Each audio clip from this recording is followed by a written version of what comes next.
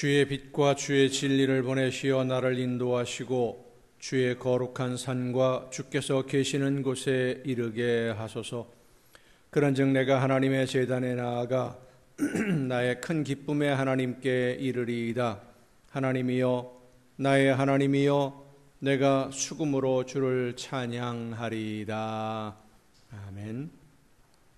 사랑과 은혜가 풍성하신 하나님, 아버지가 아들의 손을 잡아 이끌어 주심같이 목자가 양들을 안전한 곳으로 인도함같이 지난 한 주간도 저희들의 삶을 채우시고 인도하시며 보호해 주셔서 오늘 거룩한 주일에 한 마음으로 하나님께 예배할 수 있도록 불러주심을 감사드립니다. 분주했던 세상의 일들을 내려놓고 주님을 기억하며 거룩하게 예배하는 모든 성도들에게 사랑과 은총으로 충만하게 하여 주시옵소서. 우리를 죽음에서 건지시기 위해 목숨을 주신 주님을 기억하고 그 사랑과 은혜에 감사하며 빛 되신 주님 앞으로 나아갈 때 우리의 삶에 드리워있던 절망의 어두움은 사라지게 하옵시고 전능하신 하나님께 경배할 때 우리의 심령이 독수리가 날개치며 올라감같이 새 힘을 얻게 하여 주시옵소서. 예수 그리스도의 이름으로 기원하옵나이다. 아멘.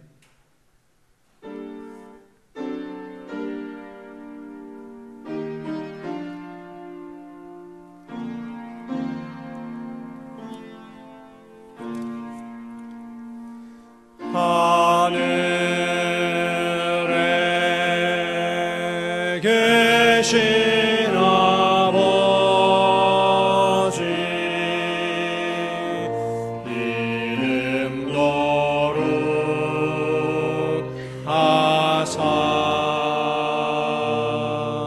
주님 나라 임하시고 뜻이 이루어지리라.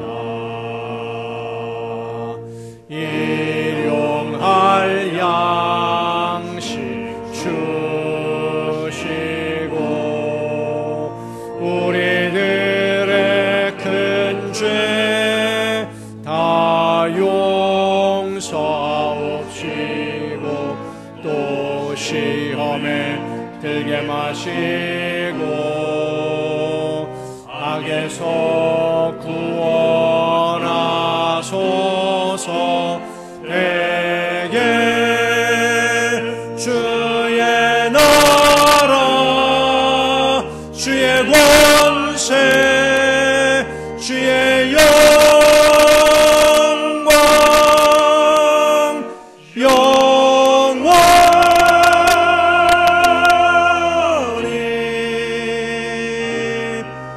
아멘.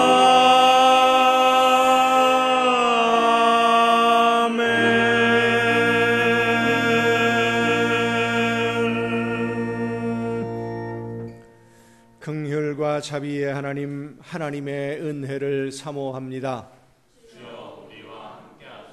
사랑의 주님, 십자가의 공로를 의지하여 나아옵니다. 성령이시여 우리의 속마음을 감찰하시고 살아계시는 성삼위의 하나님, 우리의 예배를 받아주시고 아멘. 자리에 앉으셔서 찬송가 29장 찬송을 함께 부르시겠습니다.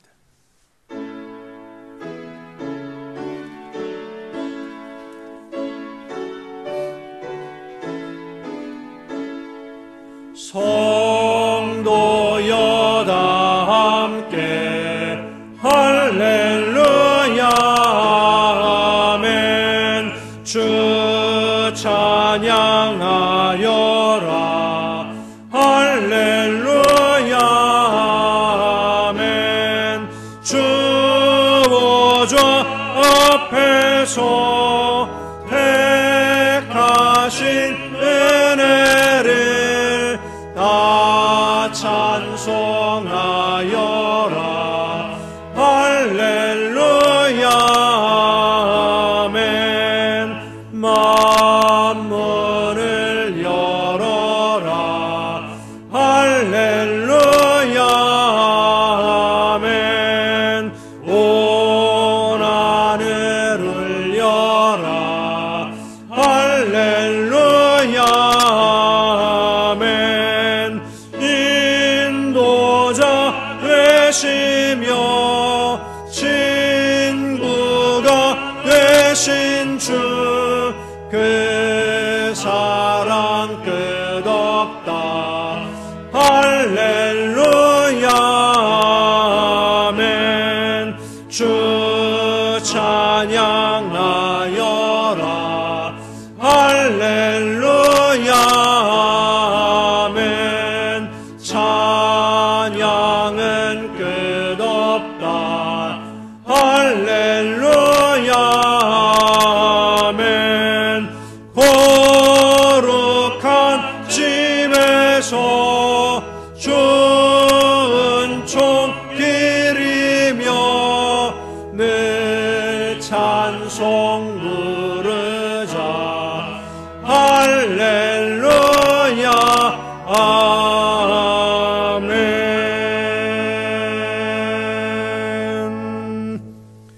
여호와께 감사하고 그의 이름을 불러하려며 그가 하는 일을 만민 중에 알게 할지어다.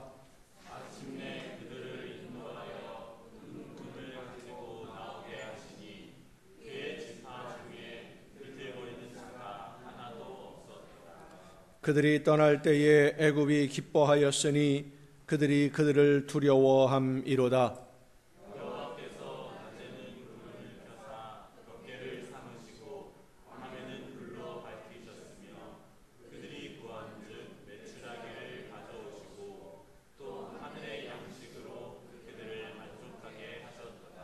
반석을 여신즉 물이 흘러나와 마른 땅에 강같이 흘렀으니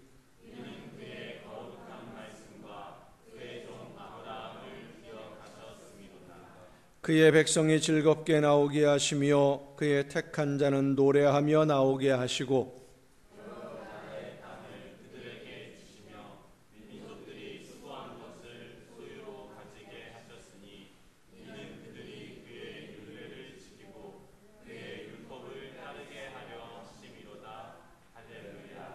아멘. 이제 지나온 시간들을 돌아보며 우리의 모든 잘못과 죄와 허물을 침묵 속에서 주님께 고백합니다.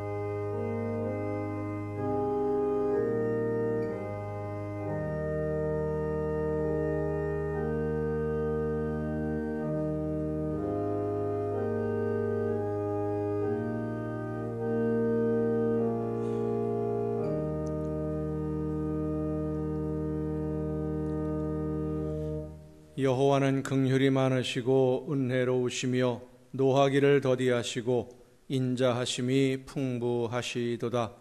자주 경책하지 아니하시며 노를 영원히 품지 아니하시리로다. 아멘. 이 말씀은 우리를 사랑하셔서 우리의 모든 죄를 용서하시는 하나님의 말씀입니다. 다 함께 사도신경으로 우리의 신앙을 고백합니다. 나는 전능하신 아버지 하나님, 천지의 창조주를 믿습니다. 나는 그의 유일하신 아들 우리 주 예수 그리스도를 믿습니다. 그는 성령으로 잉태되어 동정녀 마리아에게서 나시고 본디오 빌라도에게 고난을 받아 십자가에 못 박혀 죽으시고 장사된 지 사흘 만에 죽은 자 가운데서 다시 살아나셨으며 하늘에 오르시어 전능하신 아버지 하나님 우편에 앉아 계시다가 거기로부터 살아있는 자와 죽은 자를 심판하러 오십니다. 나는 성령을 믿으며 거룩한 공교회와 성도의 교제와 죄를 용서받는 것과 몸의 부활과 영생을 믿습니다. 아멘. 다 함께 찬송가 320장 찬송을 함께 부르시겠습니다.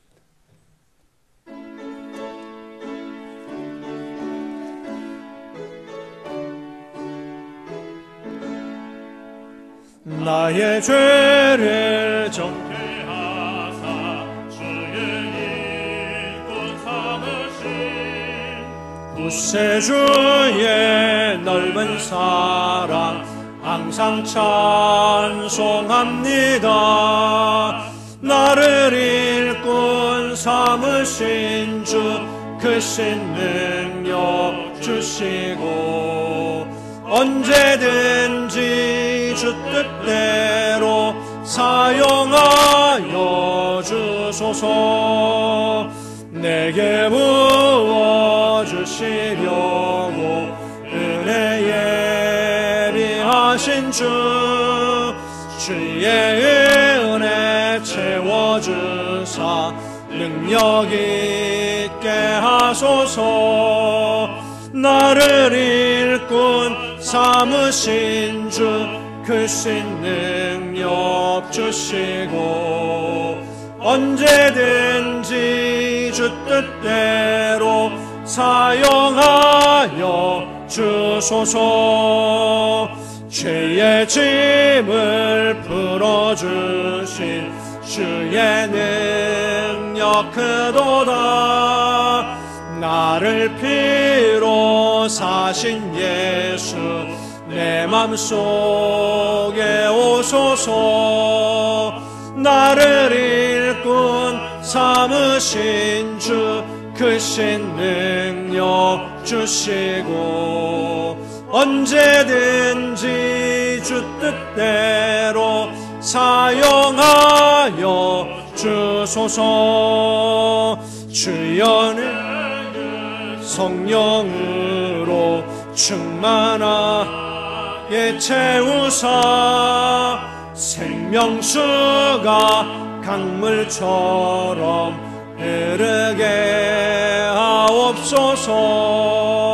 나를 일꾼 삼으신 주 크신 능력 주시고 언제든지 주 뜻대로 사용하여 주소서.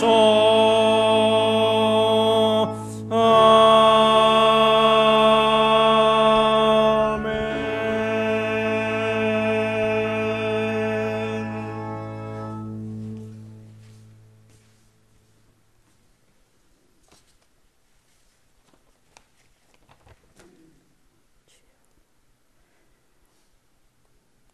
우주 만물을 주관하시고 인도하시는 하나님 아버지, 자연 속에 섭리하시는 주님의 은총을 바라보며 저희 인생들을 이끄시는 주님의 섭리하심을 감사드립니다.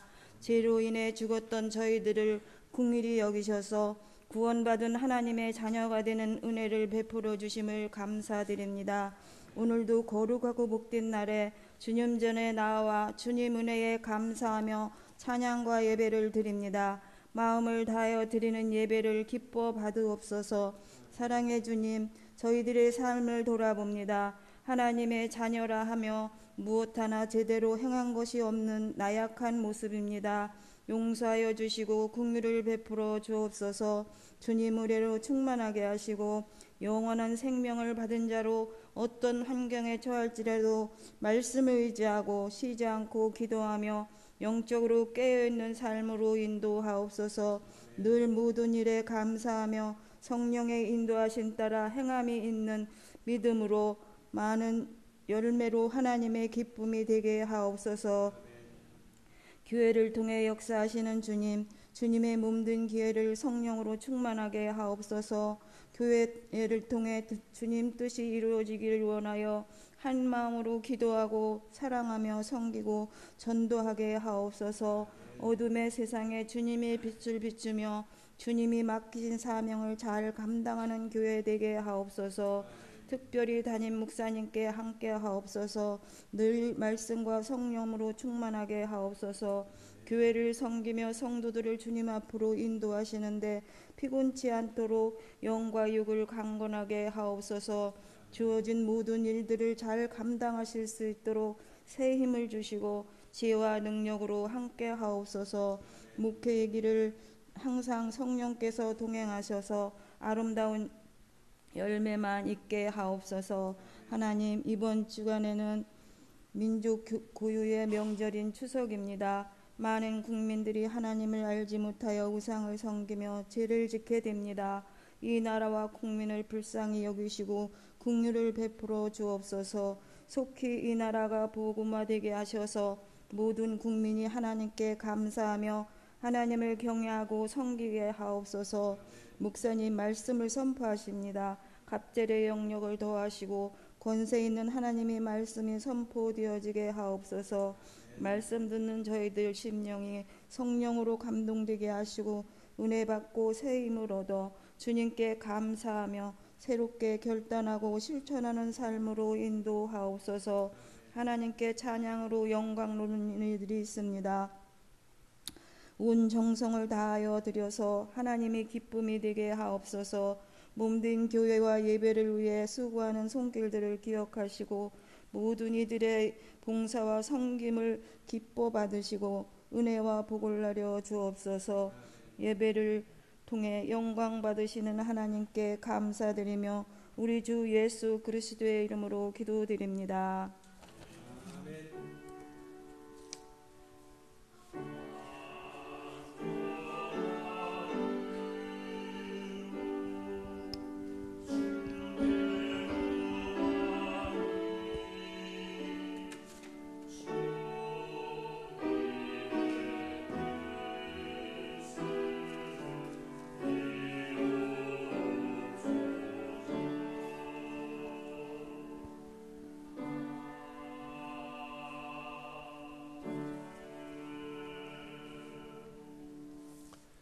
교회 소식을 알려드리겠습니다. 이번 주간에는 민족의 명절인 추석이 있습니다.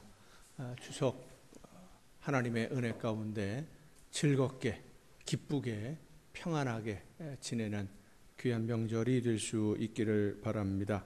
이번 추석 연휴 주간 기간 동안 수요일부터 모든 예배 모임은 모이지 않습니다. 가정 예배는 계속됩니다. 하루도 안 빠지고 계속되니까 매일 저녁 8시에 유튜브에서 열리는 가정 예배 많이 참여해 주시고 추석날에도 그 가정 예배를 통해서 온 가족이 함께 예배하고 하나님께 영광 돌리는 그런 시간들이 되었으면 좋겠습니다. 나머지 다른 소식들은 주보에 있는 교회 소식란을 참조하시기를 바랍니다. 찬양 주시겠습니다.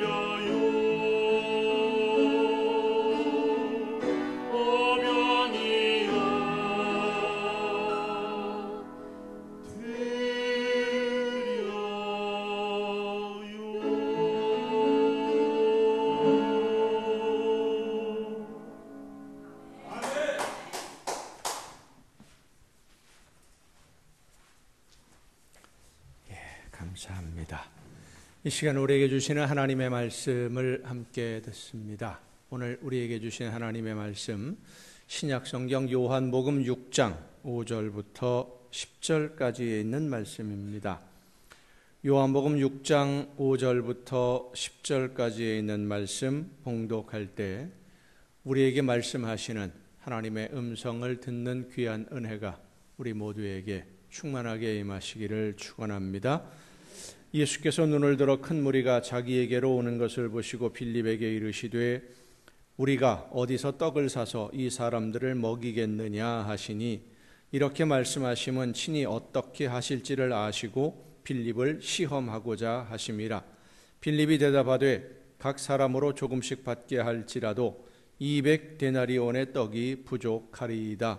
제자 중 하나 곧 시몬 베드로의 형제 안드레가 예수께 여짜오되 여기 한 아이가 있어 보리떡 5개와 물고기 2마리를 가지고 있나이다. 그러나 그것이 이 많은 사람에게 얼마나 되겠사옵나이까?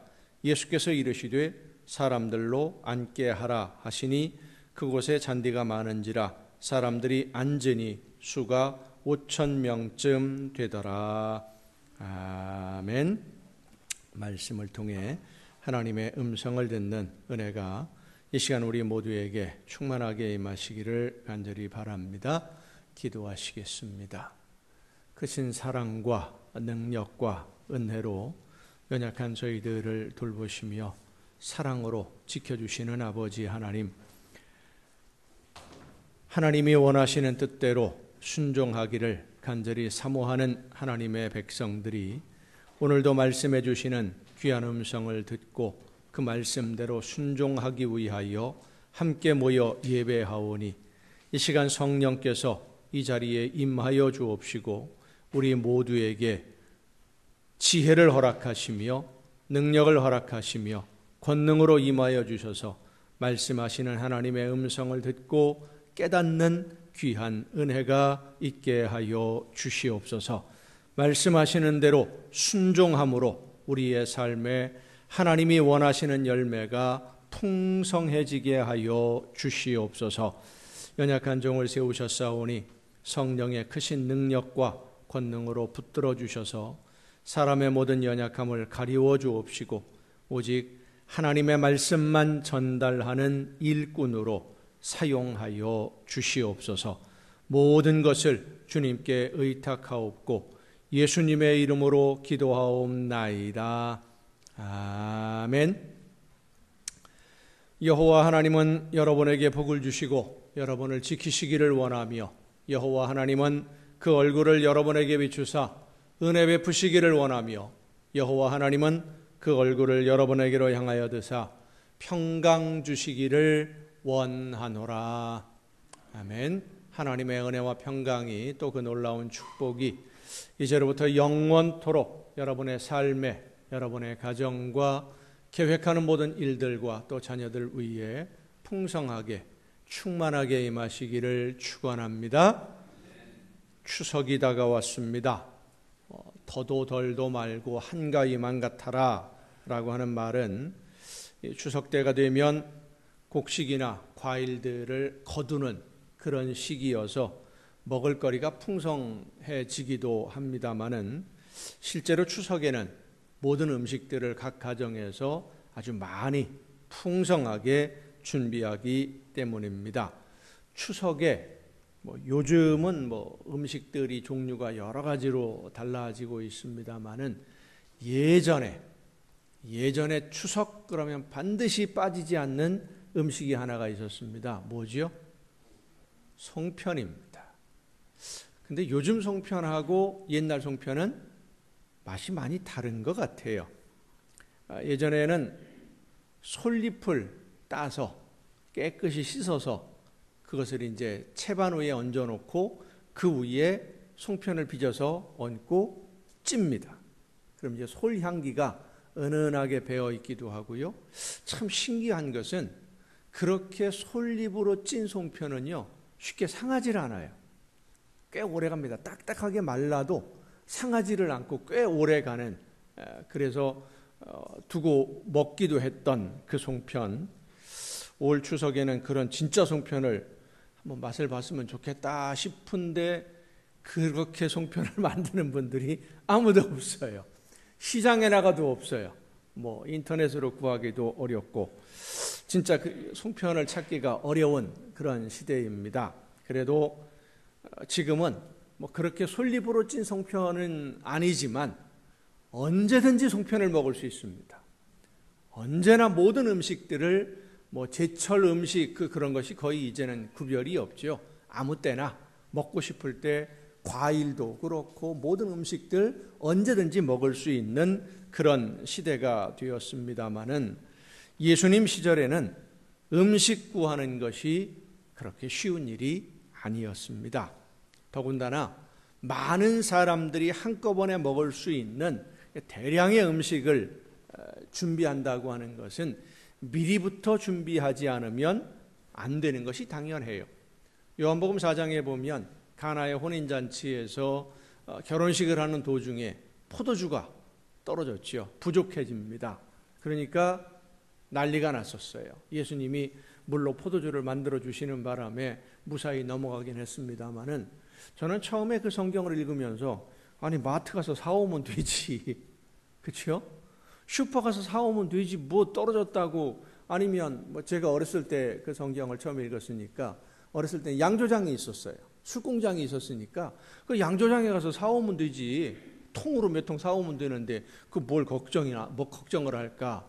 근데 예수님 당시에는 그렇게 음식을 준비하고 포도주를 준비하고 하는 게 아니었습니다.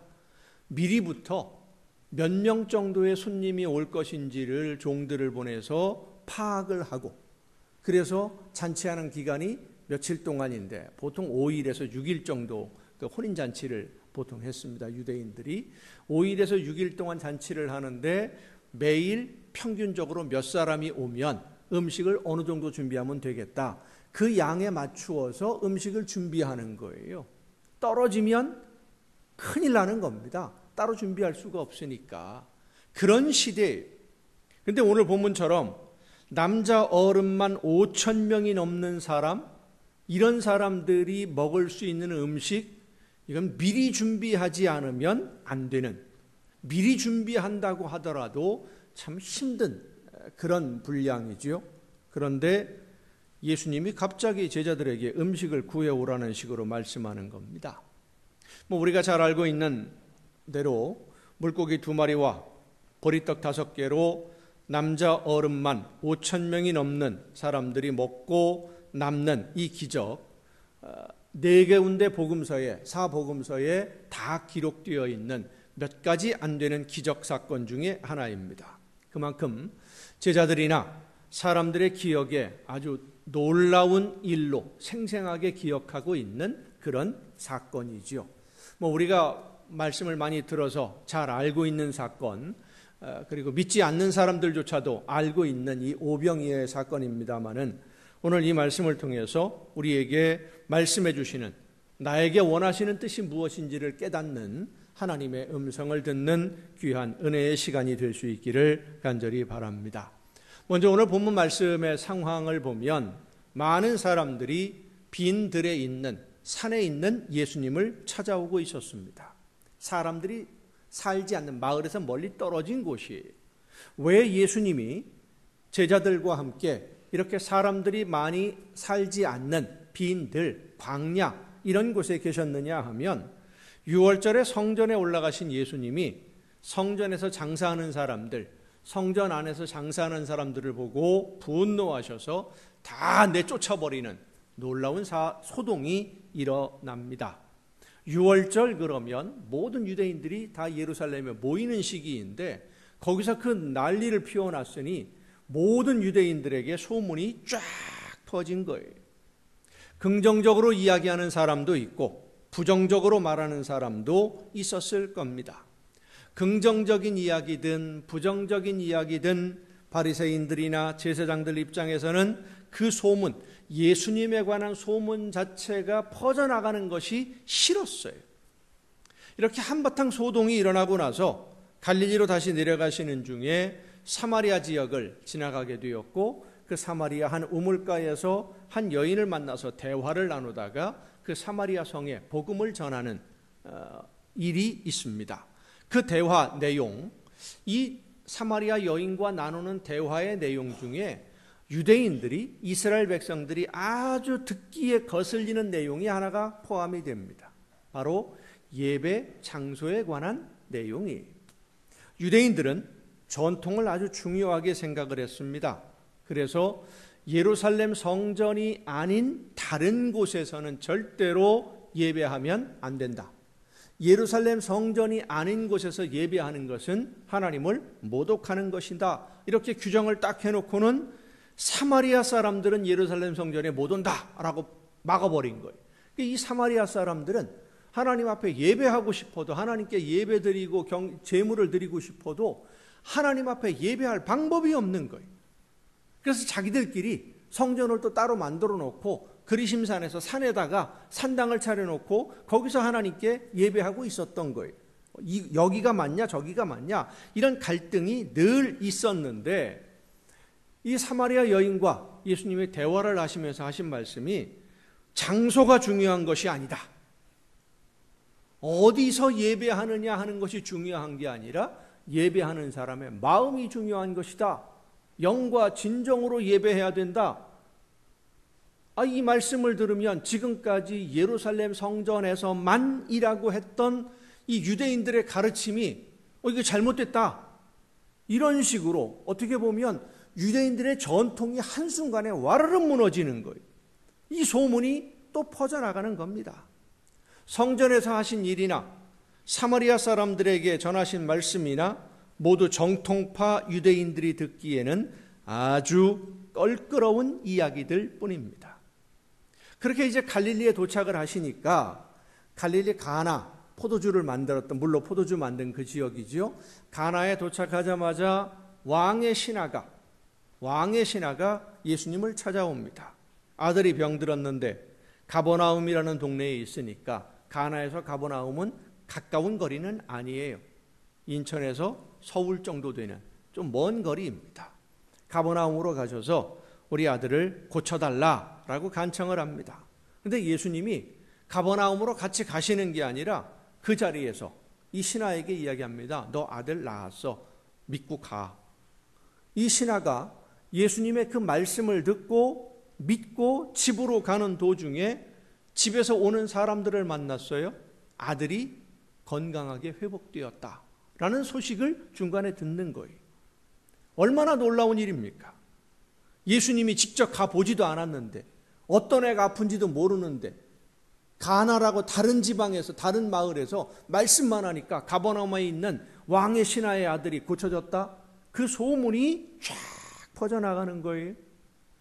그 예수님이 어떤 이야기를 했느냐, 어떤 일을 했느냐, 이런 이야기까지 다 사례 붙어가지고 쫙 퍼져나가니까 유대인의 장로들, 그러니까 지도자들, 제사장들, 바리새인들, 이런 사람들이 예수님을 좋지 않은 감정으로 대하게 된 겁니다.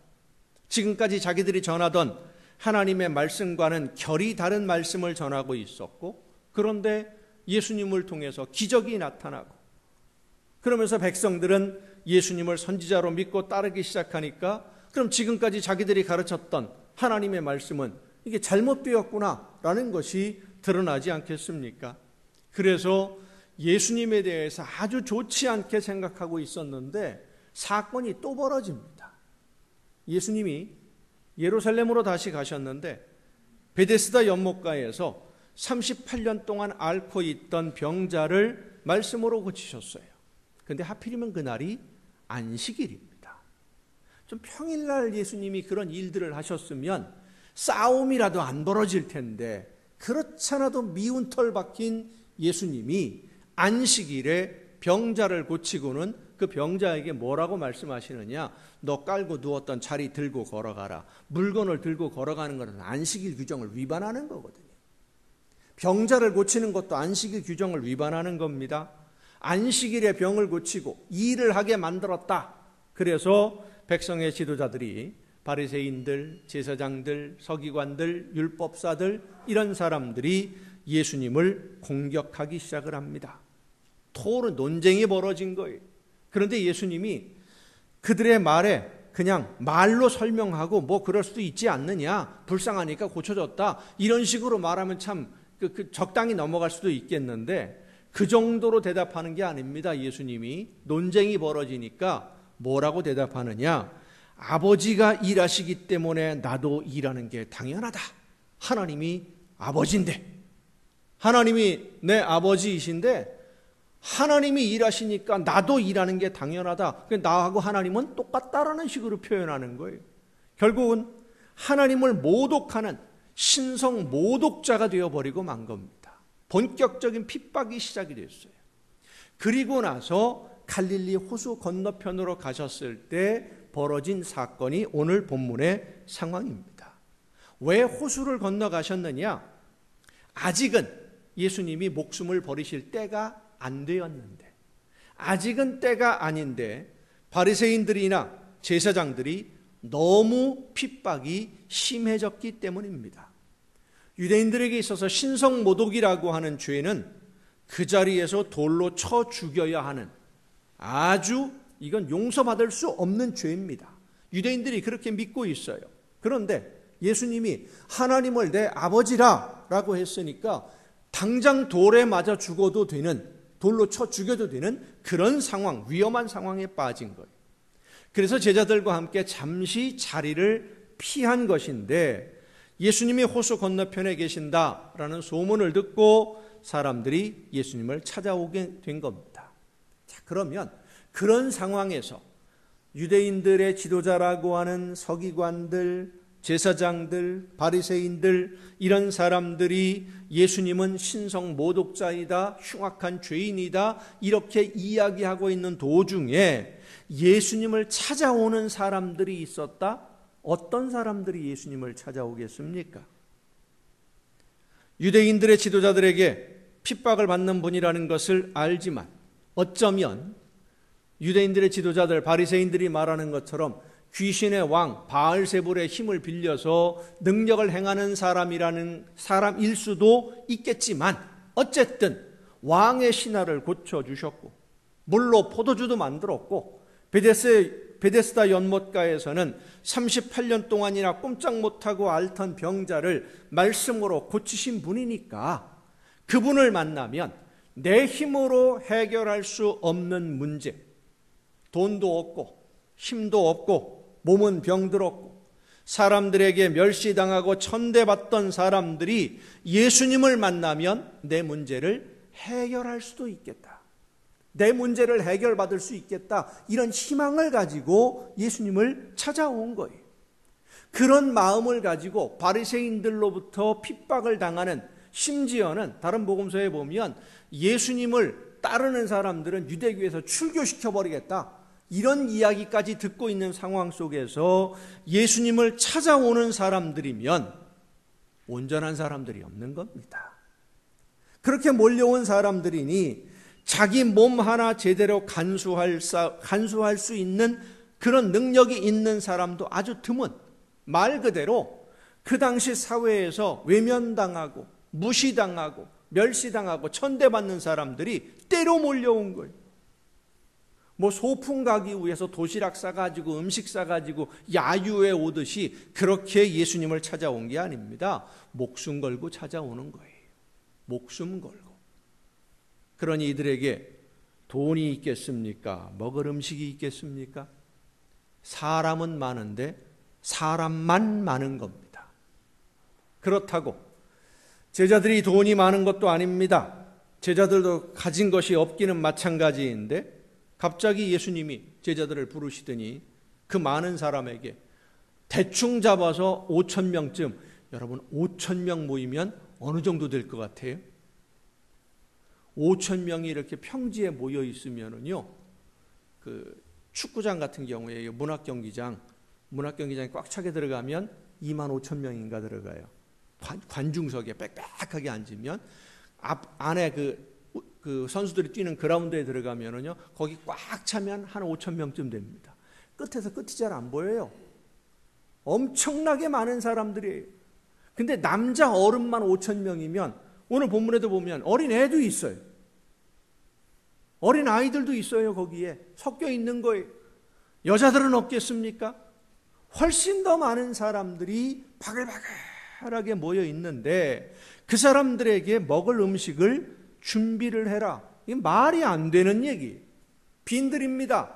광야에 시장이 있는 마을도 아니고 집도 없고 사람들이 거주하는 지역도 아니고 요즘처럼 뭐 자동차가 있습니까? 어디 가서 먹을 걸 구해옵니까? 더욱이 남자 어른만 5,000명이 먹을 음식이라면 여러분 도시락 5,000개 그러면 트럭으로 실어와도 몇 대를 실어와야 됩니다. 예? 트럭으로 실어와도 몇 대 갖고도 안 돼요. 뭐 10대가 넘어가는 트럭을 동원을 해야만 5,000명이 먹을 수 있는 도시락을 실어올 수 있어요. 그 많은 사람들이 먹을 수 있는 음식을 구하는 것도 불가능하고 구할 수 있다고 한들 돈이 없어요. 그런데 예수님의 말씀에 이미 해결할 수 있는 답이 들어 있었습니다. 제자들이 책임지고 해결할 일이 아니라 예수님이 해결하실 일이라는 것이죠. 6절에 있는 말씀을 보면 친히 어떻게 하실지를 아시고 빌립을 시험하고자 하심이라 그랬습니다. 예수님은 이미 계획이 되어 있었습니다. 그런데 제자들은 예수님의 계획을 몰랐어요. 성도 여러분, 하나님은 우리의 삶에 어떤 장애물이든 견디기 힘든 시련이든 어떤 문제든 해결할 계획이 하나님에게는 이미 있음을 믿으시길 바랍니다. 하나님은 그 사랑하시는 자녀들이 어려운 문제로 인해서 힘든 문제로 인해서 고통받고 있는 것 기뻐하시지 않습니다. 해결할 방법이 해결할 계획이 다 있어요.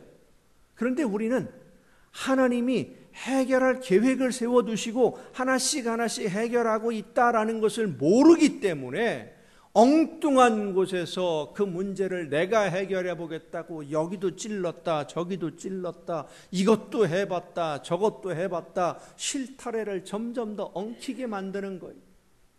요즘에는 뭐 그런 실타래 보기 어렵습니다만은 예전에는 가을이 되면 연날리기를 하려고 연줄을 만들려면 무명으로 무명실이라고 그랬어요. 무명실을 시장에 가서 사옵니다. 무명실을 사면 이렇게 타래로 얽어져 있죠. 꽈배기처럼 만들어져 있어요. 끝을 잘 찾아야 이게 잘 풀립니다. 끝을 못 찾으면 온통 엉켜버려요. 쓸 수가 없는 거예요. 근데 어르신들을 보면은요, 눈도 어두워서 바늘귀도 잘 못 끼는데요, 실타래를 탁 잡아서 어떻게 탁탁 털어가지고 팔에 탁 끼면 쫙 풀려요. 그리고 양쪽 무릎에 탁 걸어놓고 탁 감으면은요, 그냥 술술술술 풀려요. 별거 아니구나 싶어서 실타래 하나를 준비해다가 연줄을 만들기 위해서 딱 풀러서 딱 잡아 끝이 보이길래 딱 꺼냈는데요. 이게 안 나와요? 이게 왜 안 나오지? 이렇게 보니까 이렇게 꼬여 있어요. 요거로 빼면 되겠구나. 한 번, 두 번 빼다 보니까요, 더 엉쳐가지고요, 아예 못 풀르게 만들어버려요. 엉쳐버렸어요. 우리가 지금 일상생활 속에 신앙생활하면서 하나님이 하나씩 하나씩 모든 것을 계획을 세워서 단계적으로 풀어가고 계시는데, 문제를 해결해 주고 계시는데, 내가 나서서 이것도 해보고 저것도 해보고 막 서두르다가 하나님이 해주실 것을 믿지 못하고 맡기지 못하고 내가 해보려고 하다가 엉켜놓는 일들이 얼마나 많은지. 만약 제자들 중에 예수님이 하시는 말씀을 듣고 예수님이 이 사람들 먹을 음식 구해오라 그랬어. 그럼 가까운 마을이 어디야? 여기서 제일 가까운 마을이 2시간 거리에 있어. 야, 음식 구하러 가자. 그리고 열심히 제자들에게 있는 돈 다 긁어 모아가지고 음식 구하기 위해서 가까운 마을로 갔더라면 어떤 일이 벌어지겠습니까? 예수님의 말씀에 즉시 순종하는 게 옳은 거니까 음식 구하러 간다? 그게 옳은 일입니까? 잘한 겁니까? 잘한 일이 아니에요. 예수님의 계획을 알아야 됩니다. 예수님이 어떻게 하려고 하시는지, 예수님의 계획을 알고 예수님의 계획대로 모든 것이 이루어지기 위해서 주님, 우리가 무엇을 하면 되겠습니까? 제가 어떤 일을 감당하면 되겠습니까? 제가 어떻게 하면 되겠습니까? 무엇을 하기를 원하십니까? 그런데 제자들 중에는 예수님에게 어떻게 우리가 해야 되겠습니까? 물어보는 사람이 하나도 없어요. 예수님의 계획이 무엇인지 알려고 하는 사람도 없어요. 다른 복음서들을 보면 이 사건을 기록하면서 뭐라고 기록했느냐? 빈들인데 우리가 어디서 음식을 구할 수 있습니까? 각자 알아서 해결하라고 합시다.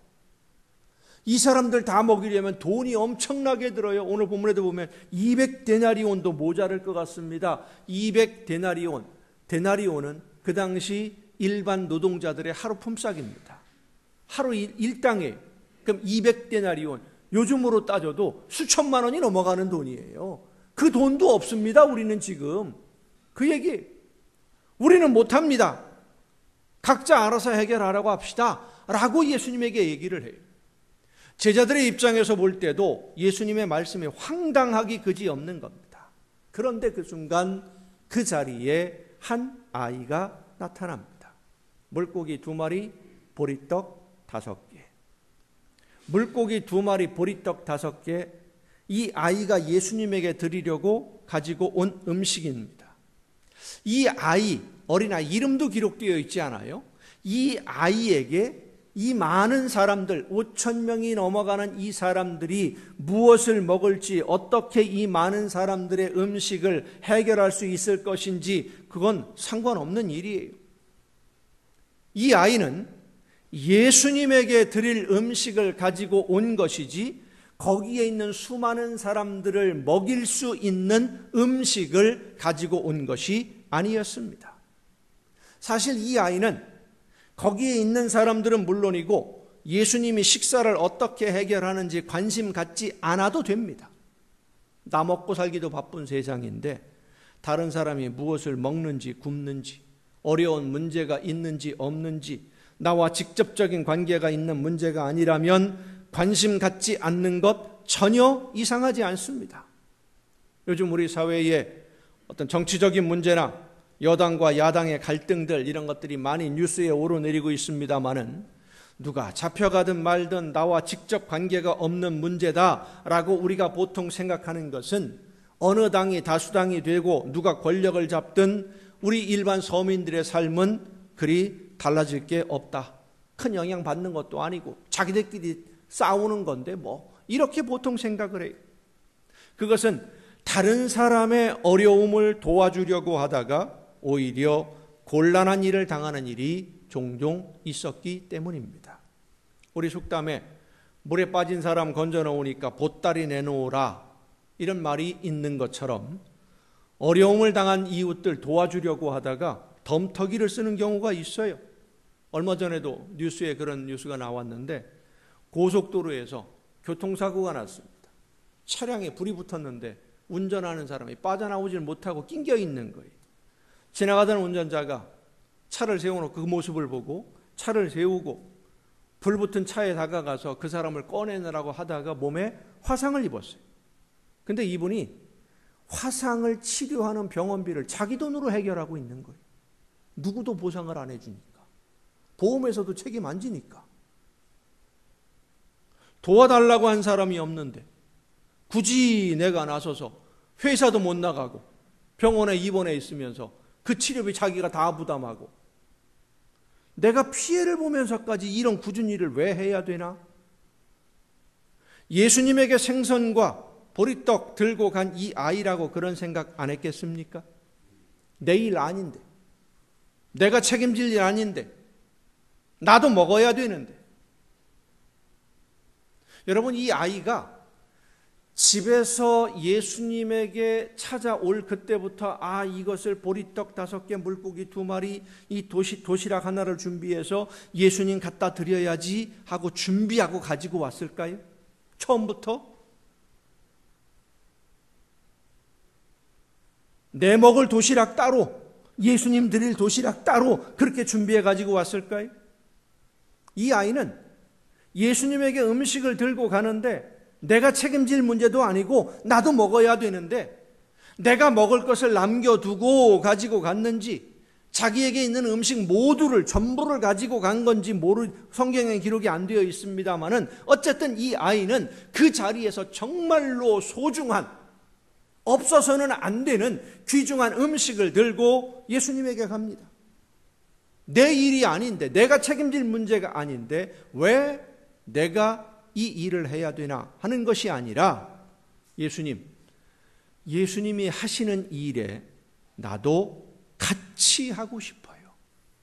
함께 하고 싶다. 이것이 이 아이의 마음이었고, 그 아이의 그 마음을 예수님은 이미 아셨기 때문에 어떻게 하실지를 미리 아시고, 이 아이의 마음에 하나님의 성령께서 감동을 주셨단 말이에요. 예수님이 이미 그걸 아시니까, 이 아이가 가지고 올 거야. 그럼 그거 가지고 이거 해결하면 돼. 그것을 미리 예수님은 아시고 준비하고 계시면서 제자들을 시험하신 거예요. 이 아이의 결단이 놀라운 기적으로 나타났습니다. 예수님, 나도 예수님이 하시는 일에 좀 끼워주세요. 성도 여러분, 오늘 우리에게는 너무 많은 일들이 일어나고 있고, 우리의 힘으로는 해결할 수 없는 일들, 그리고 우리의 능력으로는 가늠도 안 되는 어려운 일들이 우리 앞을 가로막고 있습니다. 그런데 우리가 가지고 있는 힘이나 능력은 너무 작아 보입니다. 정치적인 문제나 경제적인 문제, 환경, 전쟁, 한국교회 성도들의 신앙이 힘을 잃고 사회로부터 비난의 대상이 되고 있고, 복음을 전하는 길이 점점 더 어려워지고 있고, 복음을 듣는 사람조차도 사라져가고 있고, 예수님을 믿으라고 전하는 것이 얼마나 힘들고 어려운지, 이런 문제들, 내가 뛰어든다고 해서, 내가 뭔가 한다고 해서, 내가 성령의 역사하심에 순종한다고 해서 해결이 될까? 그게 무슨 큰 힘이 될까? 우리는 보통 그렇게 생각합니다.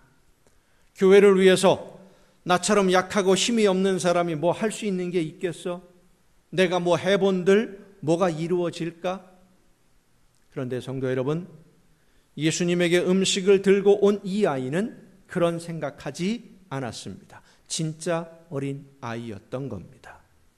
예수님에게 이 음식 드리면 좋아하시겠지? 그거 하나만 있었어요. 내가 이렇게 하면 예수님이 좋아하시겠지? 그거밖에 없었어요. 이게 무슨 도움이 될지, 뭐 큰 힘이 될지 그것도 몰라요. 그죠? 단순히 그 마음에 예수님에게 이 음식을 드리면 예수님이 좋아하실 거다. 그거 하나만 있었어요. 이 작은 음식으로 이 많은 사람들을 먹이는 기적을 보여달라고 가지고 온 거 아닙니다. 내가 이 음식을 가지고 왔으니까 이 음식을 갖고 뭐 좀 해보세요. 그렇게 가지고 온 것도 아닙니다. 단순합니다. 이 아이의 마음에는 이 음식을 예수님에게 드리면 좋겠다. 그 다음에는 그건 몰라요. 예수님에게 드린 다음에 예수님이 이걸 가지고 뭐 하실지 그걸 몰라요. 혼자 드셔도 되고 뭐 나눠 먹을지 몰라, 생각도 안 했습니다. 예수님이 이 음식으로 무엇을 하실지, 무엇을 하실 수 있는지 생각할 정도로 복잡하게 생각하지 않았어요. 그저 하나님이 그 마음에 주시는 감동에 순종만 한 것입니다. 오늘 우리는 이런저런 여러 가지 생각에 하나님이 우리의 마음에 주시는 감동을 외면할 때가 많습니다. 아는 게 병이. 이거 하면 그 다음에 뭐가 되고, 그 다음에 그 다음에 어떻고, 사람들이 뭐라고 할까, 내가 이걸 한다고 해서 뭔 변화가 있을까, 생각이 너무 많아요. 아는 게 병이. 계란으로 바위치기라는 말도 있고, 넓은 호수에 돌 하나 던진다고 무슨 표시가 나겠느냐 말하는 사람도 있습니다. 여러분, 사탄이 하나님이 원하시는 일에 우리가 함께하는 것을 방해하기 위해서 우리를 유혹하는 말들이라는 사실을 잊지 마시길 바랍니다. 이 아이는 하나님의 음성만 들었지 사탄의 유혹에 귀를 기울이지 않았습니다. 우리는 내가 가지고 있는 힘이나 능력이 어느 정도인지 압니다. 내 능력으로, 내 힘으로 할 수 있는 일이 어느 정도인지도 압니다. 그러나 성도 여러분, 하나님의 손에 들리워진 도구는 우리가 상상할 수 없는 열매를 맺게 됨을 믿으시기 바랍니다. 그래서 우리는 나에게 있는 것이 이것인데 하나님이 원하시는 일을 이것으로 만들어 갈 수 있도록 나도 좀 하나님이 하시는 일에 끼워주세요 하고 뛰어들어야 됩니다.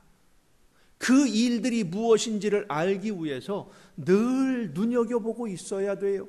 주위를 둘러봐야 돼요. 교회를 둘러봐야 되고요. 교회를 살펴봐야 되고요. 교회 살림이 어떻게 돌아가는지 관심을 가져야 되고요.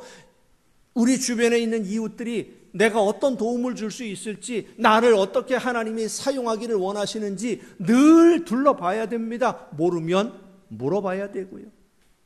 뭔가 좀 하고 싶은데, 뭔가 좀 해야 되겠는데 뭐를 했으면 좋겠습니까? 교회를 위해서, 복음을 전하기 위해서 내가 할 수 있는 일 무엇이 있는지 그것 좀 알려달라 물어보기라도 하고, 머뭇거리면 내 차례가 사라집니다. 예수님에게 찾아왔던 이 수많은 사람들 중에 이 아이만 음식을 가지고 왔겠습니까? 먹을 음식이 있는 사람이 이 아이만 있었겠어요? 그 수많은 사람들 중에 한 사람도 자기가 먹을 음식 가지고 온 사람이 없지는 않을 겁니다. 그런데 얼마나 많은 사람이 음식을 가지고 있었는지는 모르지만 그들 대부분은 자기가 가지고 온 음식을 한 사람도 내놓지 않았습니다. 아무도 안 내놨어요. 단 한 사람, 이 아이만 자기에게 있는 음식을 예수님에게로 가지고 온 것입니다.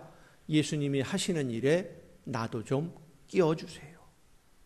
사랑하는 성도 여러분, 이 아이처럼 우리도 성령의 역사하심에 순종함으로 뛰어들어야 됩니다. 나도 같이 하고 싶다고.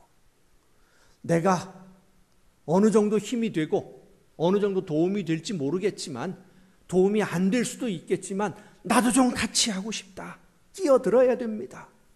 불러주기를 기다리지 말고 성령의 감동하심으로 하나님이 원하시는 것이 무엇인지를 깨달았으면, 나를 통해서 이루기를 원하시는 것이 무엇인지, 나에게 있는 것을 하나님이 필요로 하는 것이 있다는 것을 알았으면 더 이상 망설이지 말고 서둘러서 뛰어들어야 됩니다. 그 다음의 일은 하나님이 하시는 겁니다. 내가 하는 게 아니라. 이 아이는 망설이지 않고 그 일에 뛰어들었기 때문에 기적의 주인공이 되었어요. 이 아이는 그 사건으로 인해서 그 인생의 방향이 완전히 달라졌을 겁니다. 하나님이 주시는 감동을 느끼는 순간 머뭇거리지 않았을 것입니다. 그 어떤 거대한 장벽이 가로막고 있다고 해도 두려워하지 아니하고, 어떤 방해가 예상되고 때로는 무모한 도전과 같은 생각이 들지라도 하나님이 원하시는 일이라면 망설임 없이 뛰어들었을 것입니다. 오늘 우리가 살아가는 이 사회는 많은 어려운 문제들을 안고 있으면서도 서로 내 일이 아니니까 모르는 척 눈 감고 넘어가고, 내가 굳이 참견하지 않아도 될 일을 내가 괜히 끼어들었다가 나만 낭패를 보고 손해를 보는 것은 아닌가 해서 눈 감고 그냥 넘어가 주느라, 서로가 그렇게 넘어가 주느라 더 많이 병들어가고 더 많이 부패하고 더 많은 불의와 부정이 일상화되어가고 있습니다. 예수님에게 보리떡과 물고기를 들고 온 이 아이처럼 하나님이 기뻐하시는 일이라면 앞뒤 재지 말고 뛰어들고, 하나님이 원하시는 일이라면 내가 손해를 보더라도 뛰어들고, 주님이 원하시는 일이라면 물불 가리지 않고 뛰어들면서, 하나님, 제가 힘이 약하지만 나도 하나님이 하시는 일에 끼워주세요. 나는 능력이 부족하지만 주님이 원하시는 일에 나도 사용해 주세요. 나도 끼워주세요. 망설이지 말고 적극적으로 순종해서 하나님의 놀라운 기적을 이루는 일꾼으로 날마다 쓰임받는 여러분 모두가 될 수 있기를 예수님의 이름으로 축원합니다. 기도하시겠습니다. 놀라우신 은혜와 크신 능력으로 연약한 저희들을 사용하기를 기뻐하시는 하나님, 한 아이의 감동에 순종하는 그 믿음으로 말미암아 놀라운 기적의 역사가 나타났던 것처럼 오늘 저희들을 통해서 하나님이 기뻐하시는 일, 우리 주님이 계획하신 일들이 이루어지기를 간절히 원하오니 성령께서 말씀해 주옵시고 말씀해 주시는 대로 순종함으로 하나님의 놀라운 역사를 이루어가는 우리 모두가 되게 하여 주시옵소서. 이 모든 말씀을 예수님의 이름으로 기도하옵나이다. 아멘. 이 시간 우리에게 주신 하나님의 말씀을 생각하면서 함께 찬양하시겠습니다. 하나님이 원하시는 대로 내 모든 삶의 모든 것을 하나님이 기뻐하시는 도구로 사용하여 주옵소서. 내 삶을 인도해 주옵시고 성령께서 이끌어 주시옵소서. 기도하며 결단함으로 찬양하십니다. 날 대속하신 예수께 내 생명 모두 드리니 늘 진실하게 하소서. 내 구주 예수여 나 구주 위에 살리라.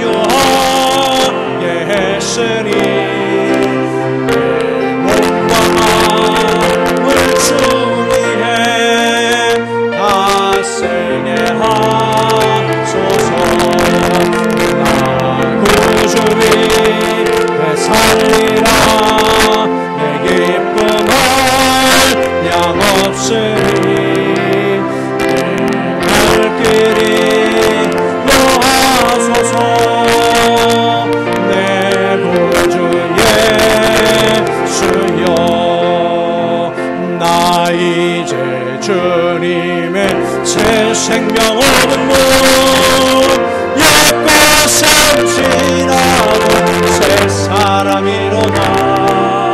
그 생명 내 맘에 강같이 흐르고 그 사랑 내게서 해같이 빛난다.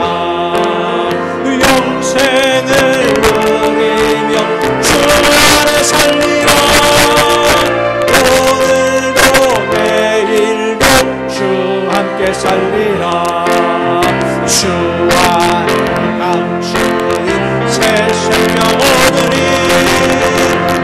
이전에 좋던 것 이제는 없나.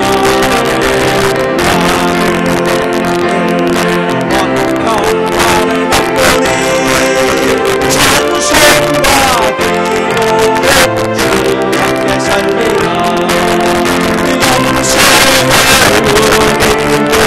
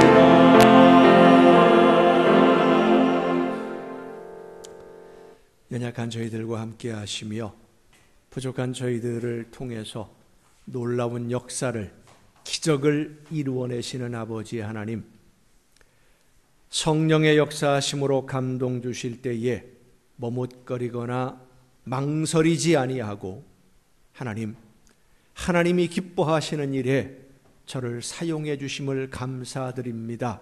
감격하여 순종하고 결단하여 뛰어들어서 하나님의 놀라운 역사를 이루어내는 일꾼들로, 하나님이 기뻐하시는 자녀들로 오늘도 살아가게 하심을 진심으로 감사드립니다. 하나님이 원하시는 뜻대로 모든 일들을 이루어 영광 돌리는 우리 모두가 되게 하여 주시옵소서. 오늘도 성령의 역사하심으로 함께 하셔서 하나님이 기뻐하시는 일들을 이루게 하시는 그 은혜에 감사함으로 아버지 앞에 귀한 예물을 드립니다. 드리는 모든 손길들 주님 기억하시고 많은 것으로 채워주시며 갚아주시되 약속하신 말씀대로 저들에게 모든 좋은 것에 부족함이 없도록 풍성한 복을 허락하여 주시옵소서. 하나님의 것을 구별하여 드리는 귀한 손길들, 주님 저들의 손길들을 기억하시며 저들의 삶을 기억하시사 저들의 삶의 현장 속에서 날마다 주님과 동행함을 누리게 하옵시고 천군 천사로 전후 좌우를 지켜 보호하시며 저들이 하는 모든 일에 복을 주시되 모든 것에 합력하여 선한 열매를 거두는 아름다운 은혜로 함께하여 주시옵소서. 감사의 예물을 드리는 귀한 손길들을 주님 기억하시사 저들의 삶에 더 많은 감사의 조건들이 날마다 넘쳐나서 날마다 주님과 동행하는 천국의 행복을 누리게 하옵시고 소원을 담아 드려지는 귀한 예물들, 주의 성전을 위하여 드려지는 귀한 예물들을 주님 기억하시사 저들이 원하는 것보다 더 좋은 것으로 날마다 넘치게 이루어 주시옵소서. 이 모든 물질들이 하나님이 기뻐하시는 뜻대로만 아름답게 쓰여지기를 간절히 바라옵고 이제는 우리를 구원하시는 예수 그리스도의 은혜와 하나님의 크신 사랑하심과 성령님의 감동하심과 교통하심이 이 자리에 함께한 우리 주님이 사랑하시는 모든 이들 위에 이제로부터 영원토록 함께하시기를 간절히 축원하옵나이다. 아멘.